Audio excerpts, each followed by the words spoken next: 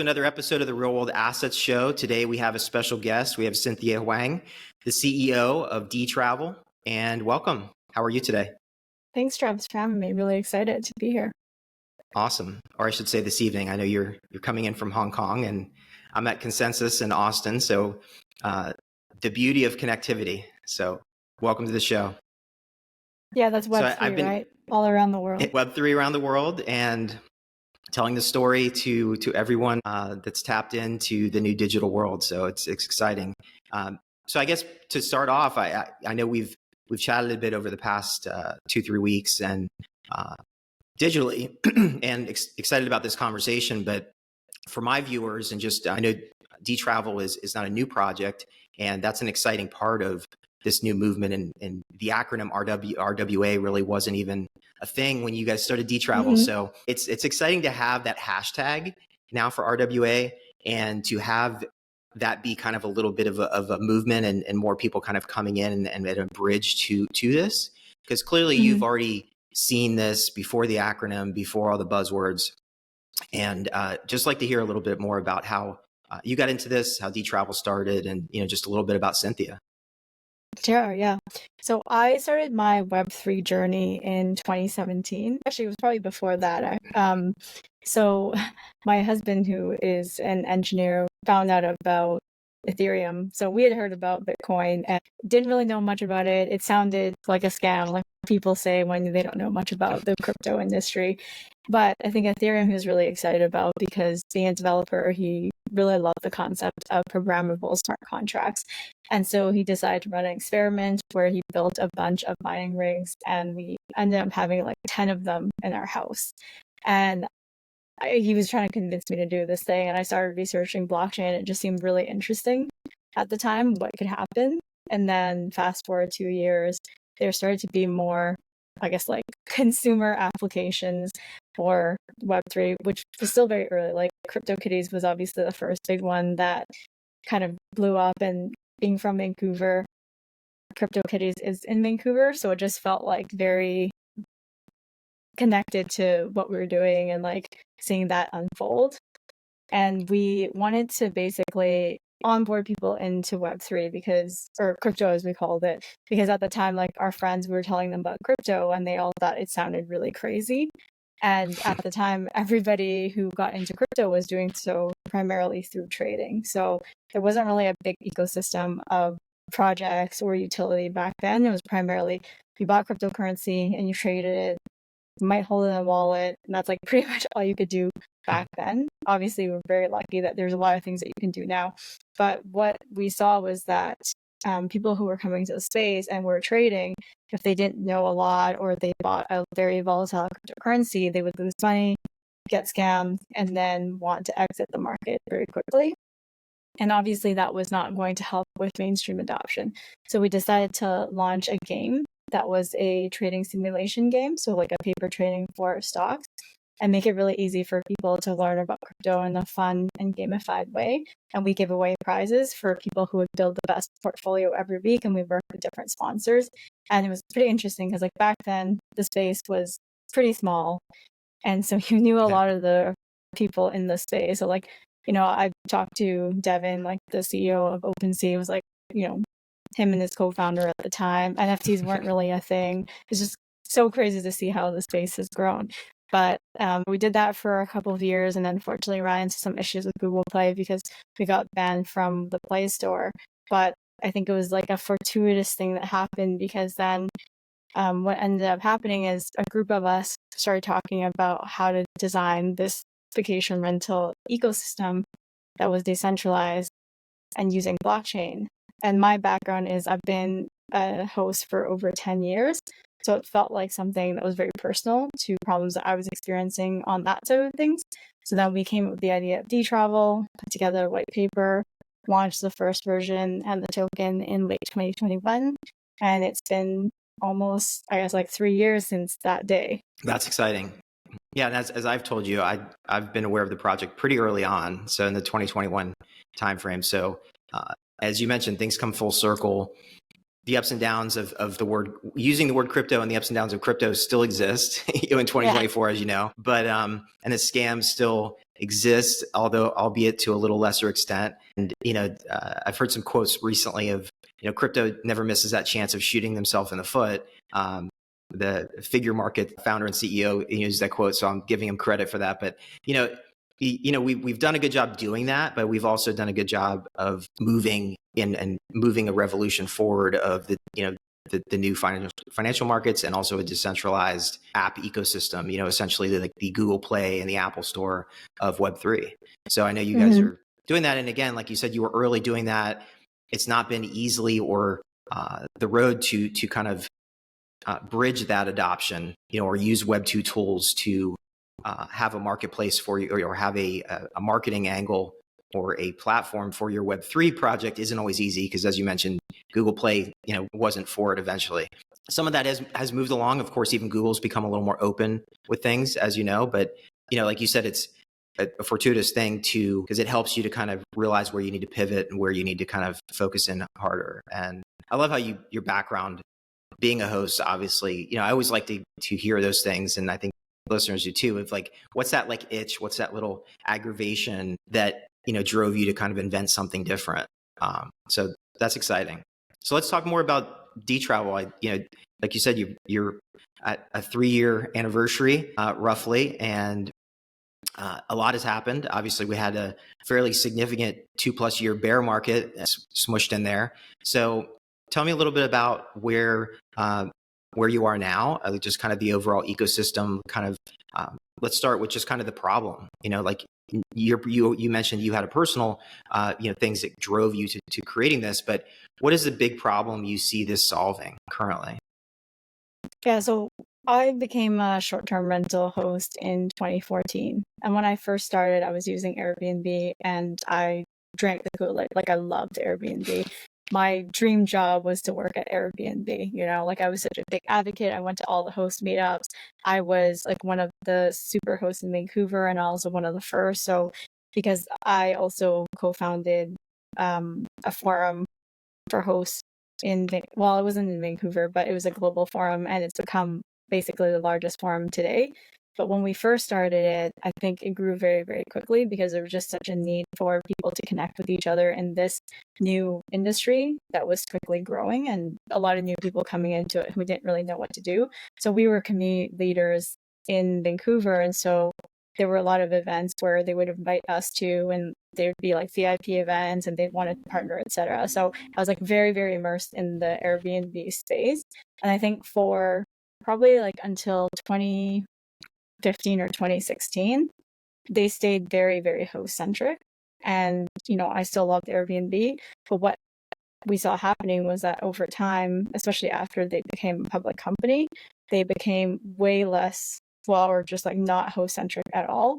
And like even now, I think they're not guest centric, because there's so many guests who are unhappy with the experience also. And so they're not making either side happy.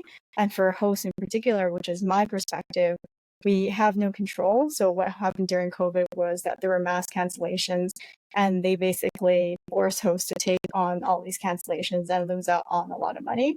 And I think that moment was when hosts realized that they really had no power, and they couldn't rely on just a single platform, which is really good for us, because that was also, I think, kind of like a watershed moment where something like what we were building became something really important and something that the market wanted, because they wanted to diversify and start to have more ownership over their policies, and also over their payments, because whether it's Airbnb or Booking.com or VRBO, there's a lot of payment issues because they're the intermediary. So they process the transaction, and then they send the money on to the host.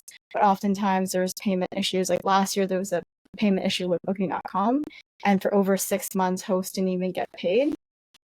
Which obviously, as you can imagine, if you're trying to run a business and not getting income for 6 months, that's a really big problem. So the third problem is fees. So both on the operator side and the guest side, somebody is paying, right? Usually it's a combination where there's a small fee on the host side, and then the guest is paying most of it on Airbnb.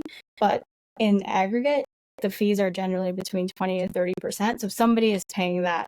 And whether that's the host side or the guest side, that's obviously a lot, right? Because if you're staying for a month somewhere or a week somewhere, or you're staying in an expensive city, that is a pretty significant amount. And I think with the way that the guest experience is right now, a lot of guests feel like they're paying this money and they're not really getting anything in return for it. So that was like the main problems that we wanted to solve: control, ownership, and then the cost. Yeah, I love that. I mean, I think all of our minds, I always think this because just being a growth guy over my career, people think in threes. There's it's a psychology of three, and like solving for three problems is always like I always find very interesting and exciting because I think it's the most powerful. But I also, it is really to emphasize, I think these three things because they are major problems, as you mentioned. Not everybody knows about the problem of, say, for example, like host control, like, knowing that Airbnb is publicly traded. I think a lot of people that are in the know these days know that when companies become publicly traded, things change dramatically. Like their customer is Wall Street, their shareholders. The shareholders. Like that becomes their number one customer for better or for worse. It's usually for worse, but if you're a shareholder, maybe for better, but I mean, realistically, it's not better for the overall, the world as a whole. Everybody relies on the quarterly earnings. Everyone relies on what's next. And it's always about delivering on the share price. And, we've seen that at places like Facebook. We've seen that at places, across the board. I mean, Facebook's just a perfect example. I mean, they obviously had to do a lot of interesting things on their platform in the past few years when their stock tanked. And they went strictly into mode of how do we increase share price? So they went from, so I mean, just an aside, but I think, we see these big brands and we can see it firsthand. And I use Facebook example just because it's one of the biggest social media brands still, whether they use it or not. Most people have enough understanding of all the problems that they've had over the years and how they, are always in the news for things they're doing to kind of keep their share price up and how that might affect their platform. So I think Airbnb is, certainly had been in the news about some of these things too, but I'd say probably to a lesser extent.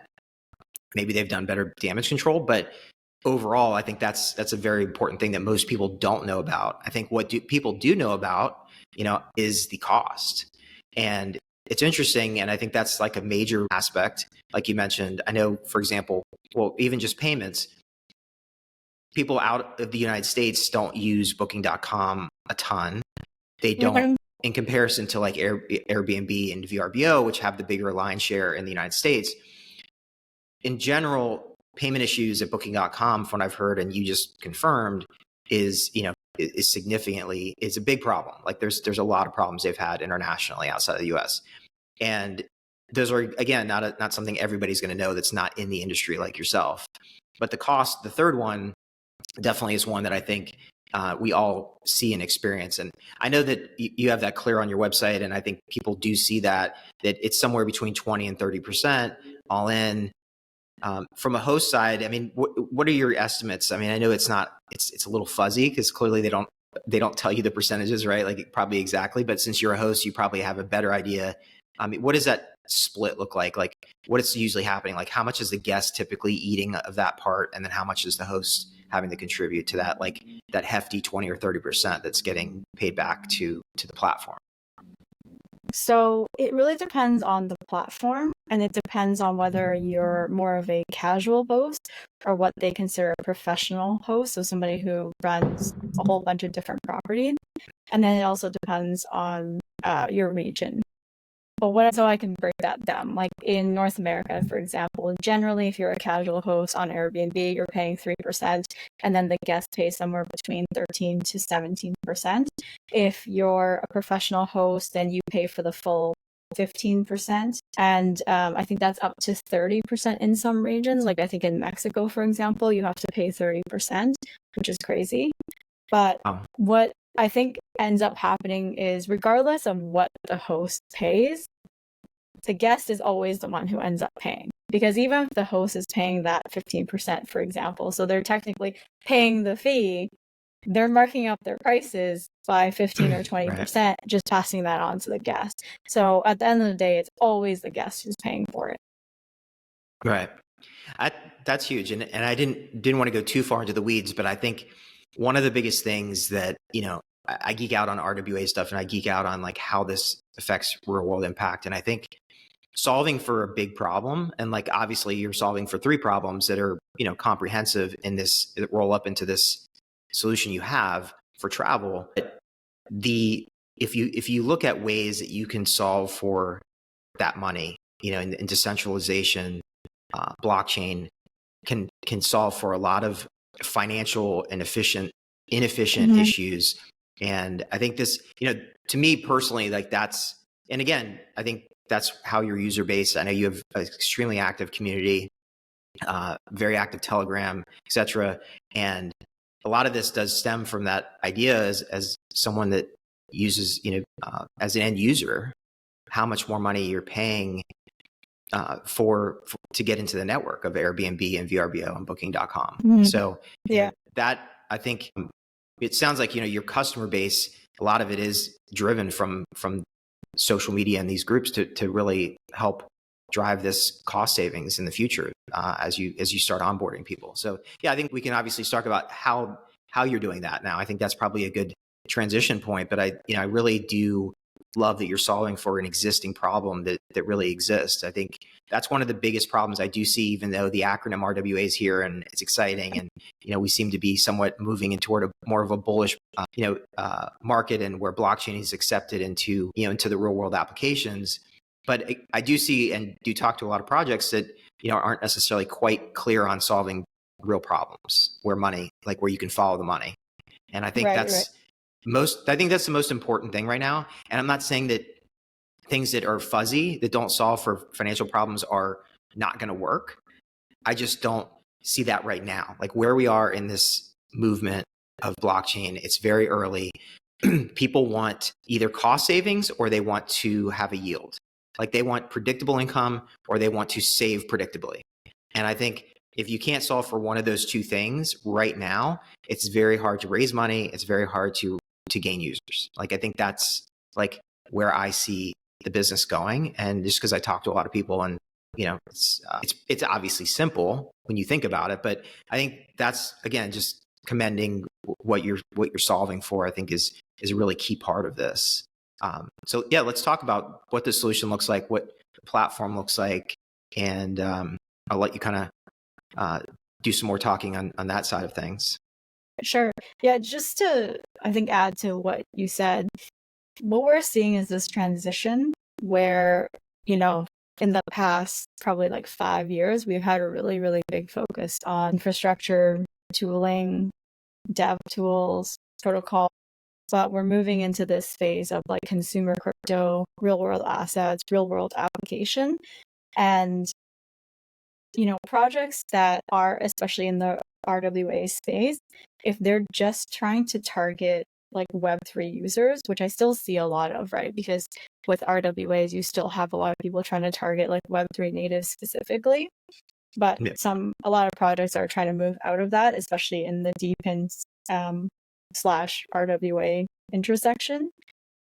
If you are focusing more on like either Web 2.5 or even just Web 2 users, because like you said, you're saving them money somehow, or maybe the experience is better than what they get in Web 2, you're building a much more sustainable business. Because like in the last bear market, a lot of projects who were relying on just Web 3 users and Web 3 development really had a tough time getting through the bear market, because they're relying on a market that's like very subject to like macro conditions outside of your control.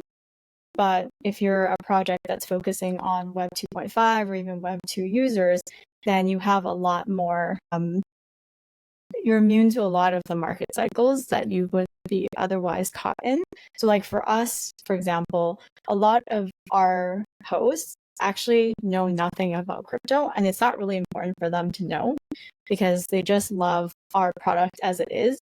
But for people who want to get deeper into it, then they love the aspect of us being decentralized, of us having blockchain rails, especially for the crypto payments, and hosts and everybody within the ecosystem getting ownership via the token, being able to contribute, etc. So like there's levels of I think participation and knowledge that each user can have based on what their preference is. Like, we don't force you to know about the Web3 stuff if you don't want to. It's there if you want to get deeper. We're kind of trying to slowly red pill you into going down that rabbit hole. But the product that we have is good enough that it doesn't really matter that it's Web3 or not. For somebody who is an operator, they're like, okay, great. It's simple. It does exactly what I need. It's modern. And like, I love it.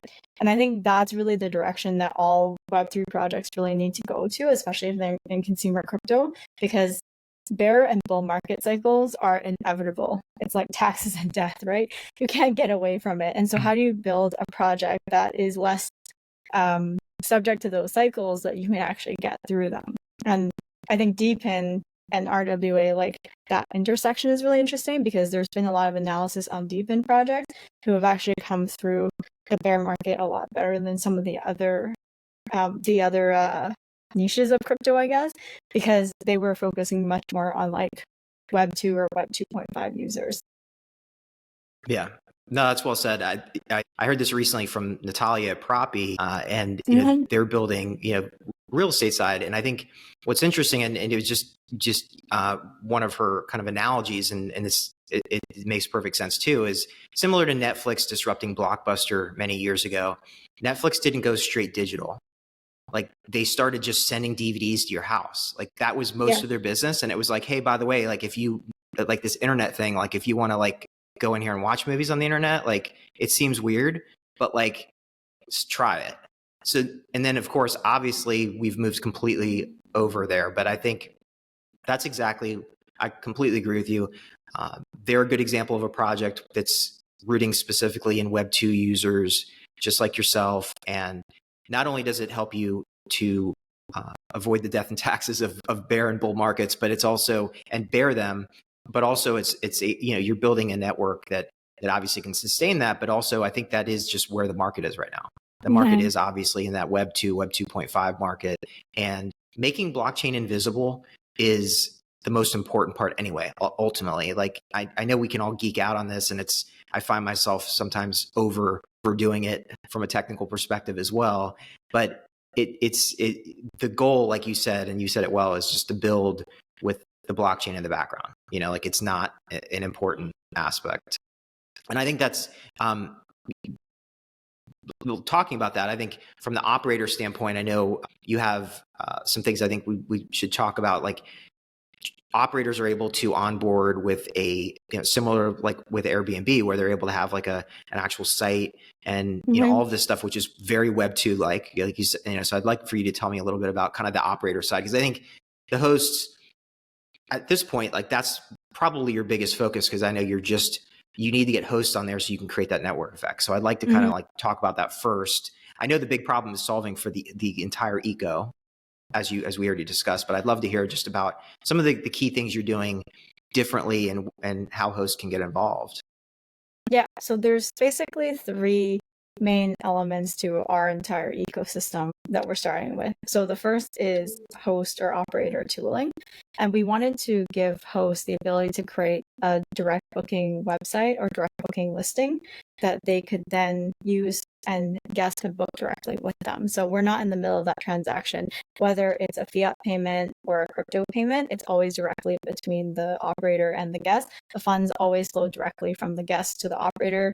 We never touch those funds, and they get to keep all of their funds within their own accounts.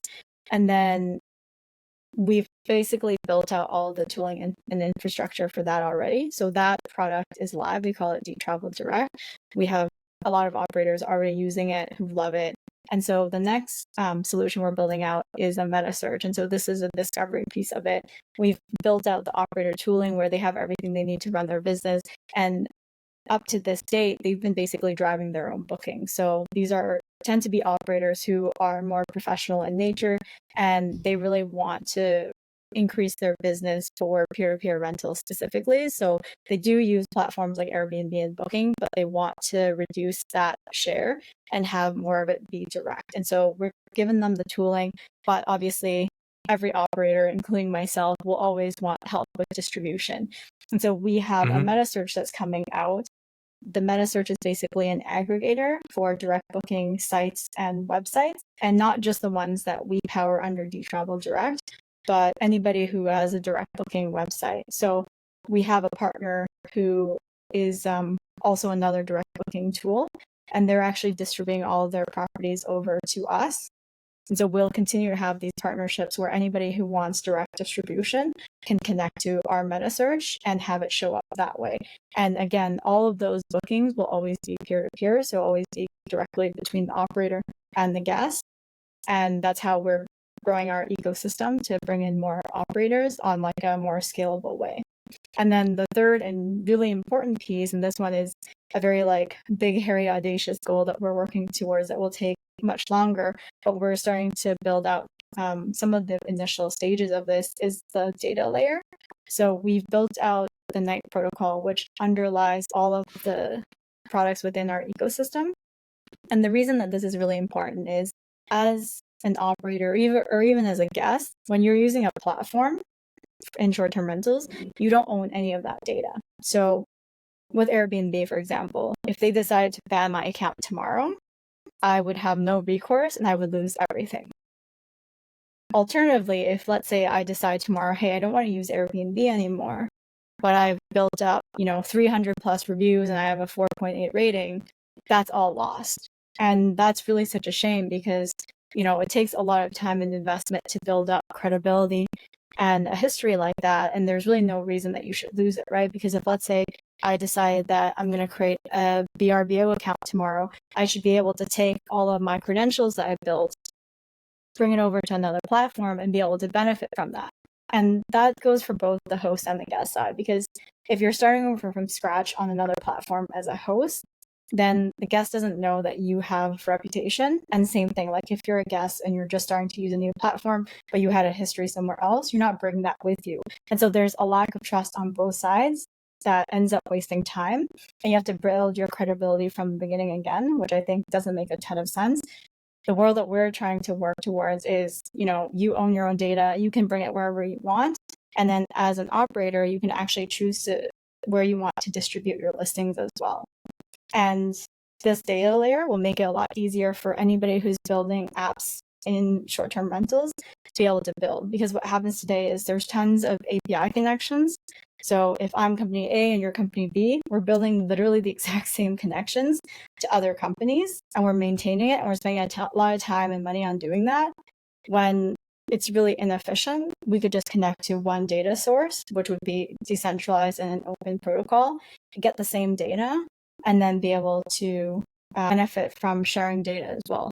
Because something that's a cost center today for you to maintain and to build, you could actually benefit from monetizing that data if you decide to share it. So this is a much bigger vision that we're trying to build out on the data side that will take a while, but we're taking the initial steps right now. We're the first users of the protocol and we're starting to onboard more partners as well. That's amazing. Yeah, I agree. I mean, that's definitely the future of, DID, from decentralized IDs and decentralized data.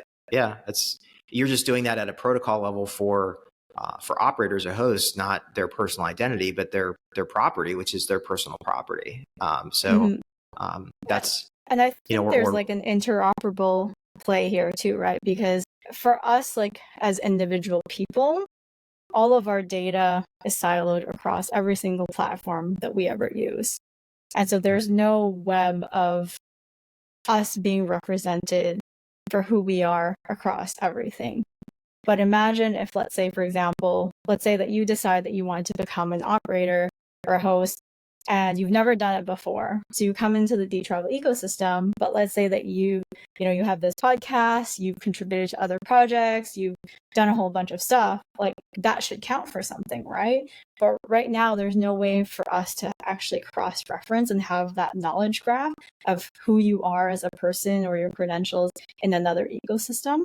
So the way that I see it is like with the interoperability of blockchains, eventually over time, we'll actually be able to have these graphs that sit on top. And then we could call to say like, okay, well, you have, a lens profile. And so that means something and that gives you some sort of credentials in the Dtravel ecosystem. And I think that's really the beauty of decentralization and open protocols, is for us to be able to have this interoperability, which is deliberately not possible today with all these siloed, ecosystems or companies. For sure. Yeah.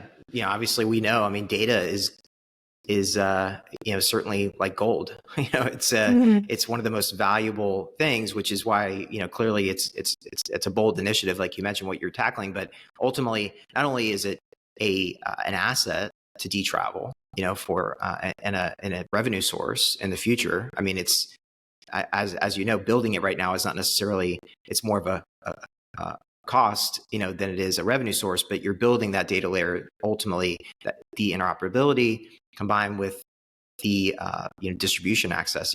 People are going to be able to plug in, like you said, whether it's app developers or even people looking to onboard into your eco. It makes that a lot easier, because as that's one of the biggest things. The network effect can't be. There's a lot of going back to my silly example of Facebook.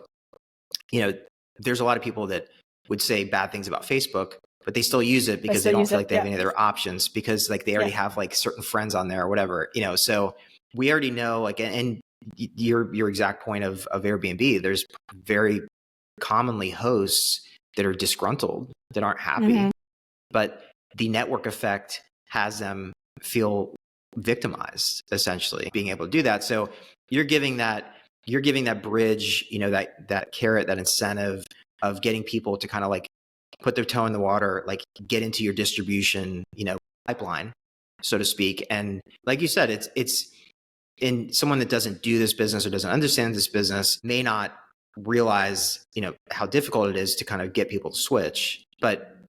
And as you mentioned, distribution is everything. So most hosts are using multiple platforms. They're not using one distribution channel. Exactly.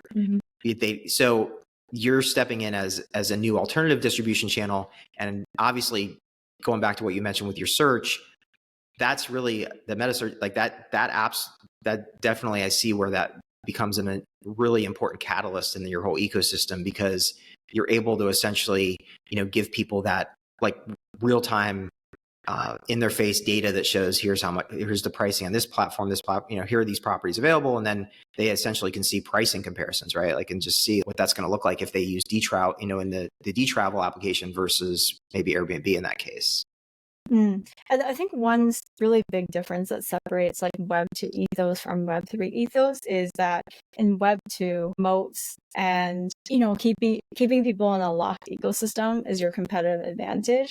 Whereas I think in Web 3, even though with the protocol, theoretically anybody could build another meta search that could be a competitor to Dtravel, we're actually fully on board with that, because that means that whoever is building a meta search needs to make sure that the user experience is the optimal, best user experience. And so you can't just rely on, okay, well, people are sort of locked within my ecosystem. They can't leave or don't want to leave because they have no other options. And so therefore, I know that people are going to be unhappy, but that's okay.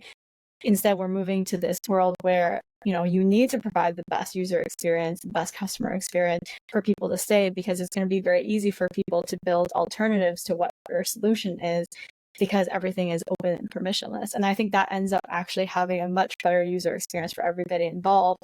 Whereas in Web 2, you have, like you said, how many people actually like using Facebook? Probably nobody. But people are still on it. I never use my Facebook, but I still have it because there's value within that network where if I want to connect with somebody, I can reach out. But it's not that it's necessarily a good user experience, because they've optimized for ad revenue so much that there's really no reason to even use it. Same thing with Instagram. When they first started, it was great to connect with your friends. But now when I open it and I never use it, you see more of people that they're trying to get you to follow than you do of people that you're actually connected with. And so they almost become a victim of their success, right? Yeah, 100%. Yeah, well said. I'm curious too, just kind of talking about this, kind of the encapsulation of what we're talking about, your ecosystem. What's been, I'm curious, just what have been any of the challenges of getting hosts on board? Have you had hosts that are very much interested in this kind of fully decentralized side of things, or has it been, have you mainly just been able to easily onboard people just as a new distribution channel? Like have you had challenges in that area? I'm just curious, because I think that's obviously where the big initiative is right now is building your network. Yeah, for sure. I mean, I think like any startup, when you first start, there's a lot of learnings that you go through. So for us, our thesis was it's better to have like 100 people love you, like that concept of 100 true fans, than to have a whole bunch of people like kind of just feel okay about your solution. So when we started, we just had a MetaMask Connect because we were like, we're trying to solve for, or we want to target the people who are like Web3 natives who also happen to be hosts, and they just like fully believe in this decentralization model. And so we did that, but we didn't really get that many people signing up because that was just such a big friction point. So we kind of evolved and added an email sign in, and then we started getting a lot more people, and we started to change our language and made it a lot more approachable for people who wanted to use us more as a Web2 solution. And so I think we found this really good place where I think there's a lot of people are using us just for the solution, but there's also seems to be an increasing amount of operators, whether it's because they're finding out about us, or maybe now that Web3 and crypto is becoming a lot more well-known, that there's a growing group of this. But there's a surprising number of operators who come to us and they're like, I'm really into crypto. Like, I love the decentralization. I want to accept crypto. I love what you guys are doing. Like, how can I use you guys? And so that group of people is definitely growing, but I'd say it's like half and half right now, where half the people are using us and they don't even have crypto payments enabled. They just like love our solution. And then the other half are all into the Web3 side. And now when we have this distribution, I think that group is going to, well, both groups are going to grow even larger, because when you have a solution where they have to drive their own bookings, it's obviously a lot harder. Like, there's very specific people that come in that we are trying to target. But with the distribution channel, because it's so easy, where they just create an account, create a listing, and then just kind of sit back and we'll help with the bookings, that's going to open it up to a lot more people who are looking for more of an easy experience, more similar to Airbnb than like a Shopify where they have to drive their own sales. Yeah, that's a good reference point of even like Shopify. Like that's obviously an excellent reference point of a network that's proven, that's successful, but you are on your own.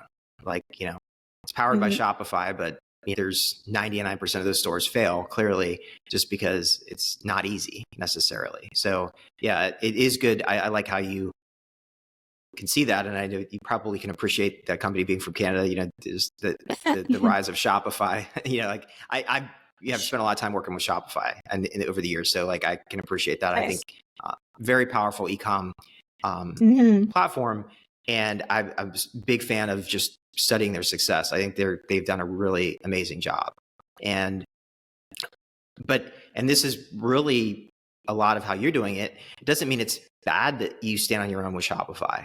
Like clearly they're the biggest e-com platform out there.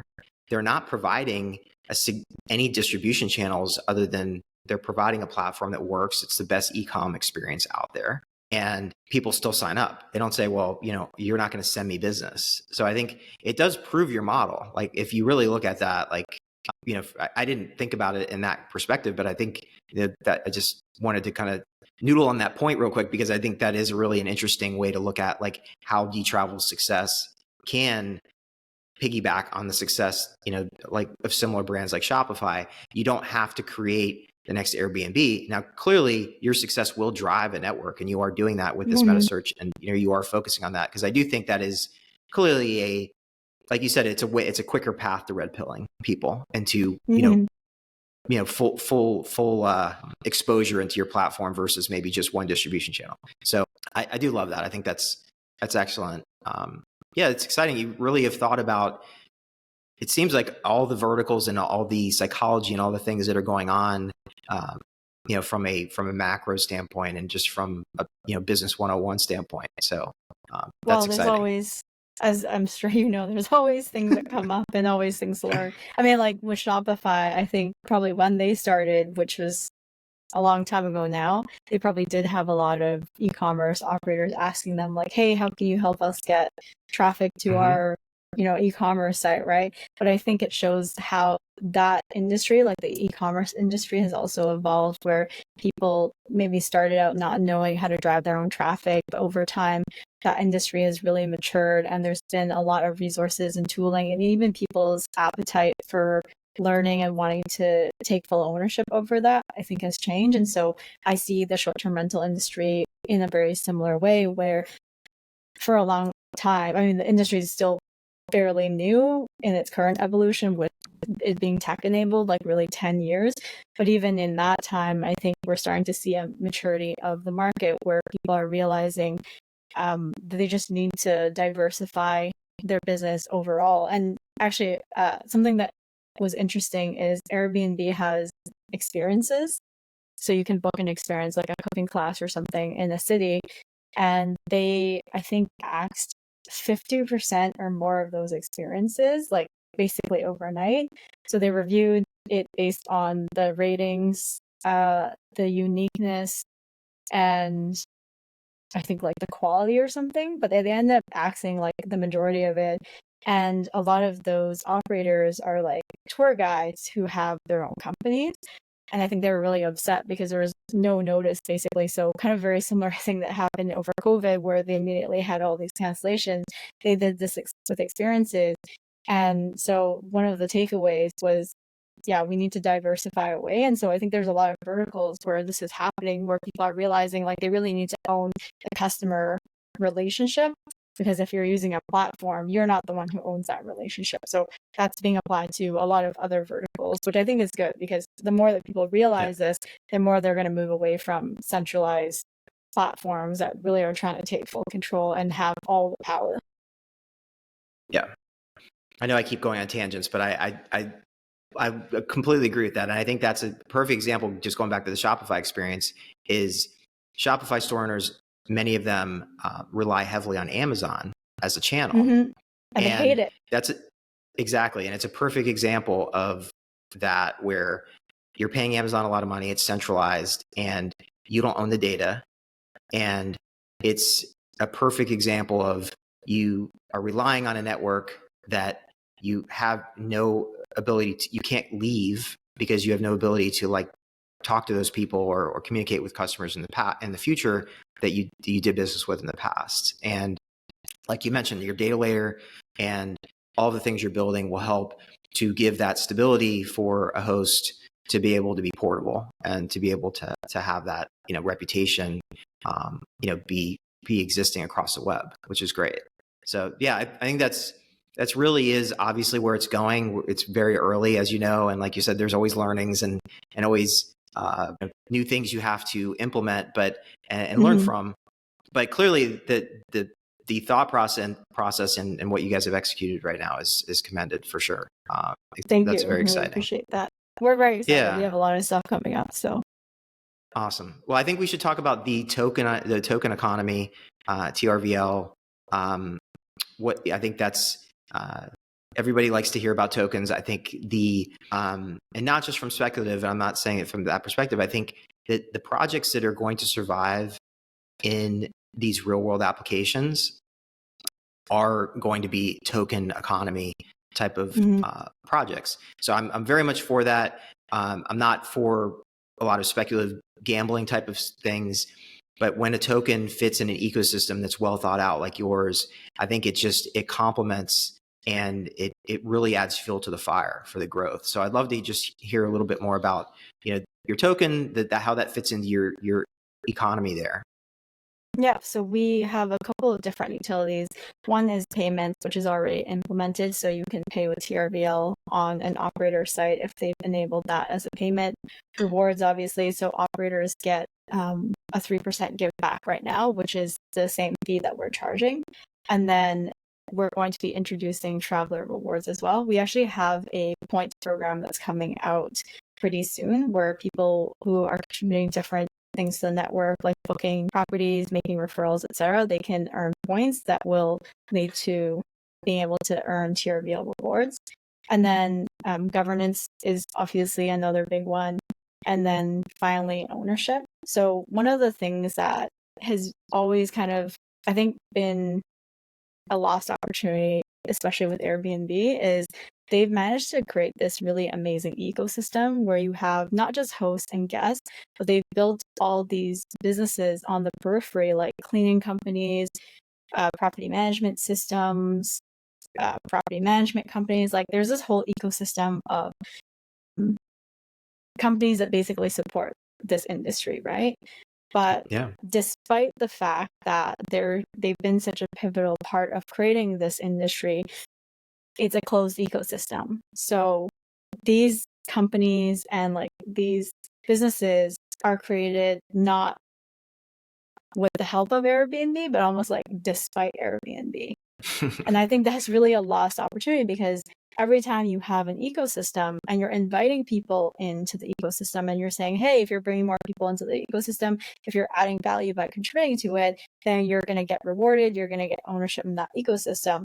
I think that allows the ecosystem to flourish and grow even bigger, because now you have these like crazy network effects that just become more and more flywheels. And if everybody feels like an owner, then they'll want to keep contributing, right? Whereas what I think is happening with Airbnb, and I felt like this for a while, is all these people who are contributing tons of growth to it, whether they're leading a community, whether they're building a business within the ecosystem, or building like a software company, you're not really getting anything for it. And in fact, like it's becoming harder and harder to build and support the Airbnb ecosystem. And I think that's really challenging, because like on the one hand, you have this company that's become public and they're making a ton of money, and like you're trying to support the ecosystem, but you're not getting anything for it. And so that to me is like one of the most important parts of where TRBL fits in, is to reward people and give them ownership. So not only do they benefit from the growth of the network, but they also have a say in different things that are voted on. So over time, like we're moving to this DAO model, but people will be able to make proposals, vote on proposals, and actually be able to drive the growth of the network, especially the protocol layer, which, we need a lot of partners for that. And we don't want it to be something that we own or direct, but to have that be completely open and governed by a lot of people, because that's the only way that everybody's interest will be served, instead of just one person's interest or one company or one project's interest. Yeah, that's great. I think that the token economy, with having those the incentives, like you mentioned, whether it's being able to pay with the travel token, that's obviously huge. You can save also, in addition to the savings that you're already going to see, which are substantial, 3 to 5% versus 20 to 30%. But you can also, in participating with the travel token, you can also save an additional amount, if I understand that correctly, right? So that's exactly. Yeah. And then the host obviously is incentivized by receiving travel tokens. They want those, and you're rewarding partners that are coming into the ecosystem. Like you mentioned, obviously these big publicly traded companies don't, all of these ecosystems, these sub ecosystems that are built underneath them are, despite of that, and they don't, the shareholders, it's a inconvenience for them to mess with it, which is not right, like you said, but it's just, it makes sense for corporate America, honestly. Like I could see why they don't want to deal with it, but it doesn't mean that there's not a massive network effect, and we see that with other platforms. And going back, I didn't expect this theme to keep coming up, but I think talking about how Web 2 solves Web 3 problems, but we know from Shopify as well, like their partner program is one of the most significant of any large company. They have the number of Shopify partners to support Shopify, they fully embrace. Like they have a full certification program, all of those things, where those are kind of the tails of two coins. You have Airbnb that doesn't support any partners, and you have Shopify that's, we're going to give you the best software.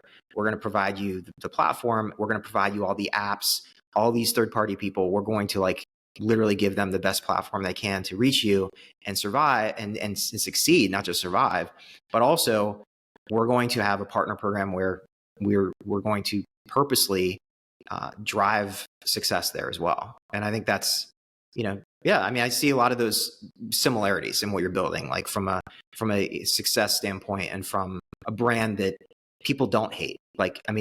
you don't hear many people hating on Shopify, honestly. Like, Right. and Yeah. I've spent a lot of time working with companies on Shopify and in this area. And as much as there are some frustration at times, I'd say like you rarely hear anybody say anything negative about how they built and how they've grown their ecosystem. So yeah, I think it's yeah, definitely that balance between like open versus closed ecosystems, right? People feeling like they have a choice, feeling like they have that support versus feeling like they're locked in just because there's no other options.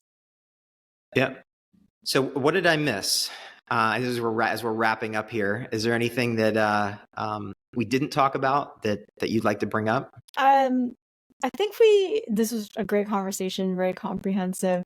I think just reiterating some of the big things that we have coming up. So the meta search is coming up in the next couple of weeks. We also have a two-way Airbnb sync connection that we're really excited about. And we have the points program, which will be launching in a couple of weeks. And then a couple other surprise announcements that we're very, very, very excited about. I can't really say anything, but there's a couple that are really huge that I think our community will definitely be super excited about, and hopefully more people will find out about Dtravel. And when we launch the meta search, if you are looking to book travel somewhere, then I hope that people will come to Dtravel because you'll earn rewards for booking. So, and become an owner in our ecosystem. You might as well get rewards if you're going to be booking anyway, and also save, of course. Yeah, absolutely. And I love how all of that is major alpha. Thank you. And we'll stay tuned on some of your updates you can't provide yet. But I think even going back to one of the things you mentioned, which is not to be highlighted as the most important, but just the point system is actually a big deal. Going back to like bridging Web 2 to Web 3, what most Web 2 points programs honestly suck. And you probably agree. I'm not putting words in your mouth, but like and a lot of people have discounted points programs for Web 3 because of their experience in Web 2. But Web 3 actually solves most of the issues that people have with points programs. So I think that's another thing that I would say that is quite exciting that I just wanted to point out, because I know sometimes when projects say, we're going to be doing points or rewards, people, sometimes their eyes will glaze over, like, and I just wanted to emphasize how much better points are when they're done through a Web3 mindset and a Web3 flow. And, I hadn't thought about that. Yeah, I do agree with. Good. I was trying not to end with a controversial statement, but yeah, I do think that's good. So. Yeah. Well, it's been a lot of fun, Cynthia. Definitely a pleasure. I know that it's a little later where you're at, so I do appreciate you working this into your schedule, and excited to share this with my audience, and keep getting the word out and keeping up with what you're up to. Love to have you back at some point, and we can continue the conversation and talk more about the growth at Dtravel. Thanks so much, Travis. This was definitely a lot of fun. Really excited to have our community see this as well. Sounds good. Talk soon.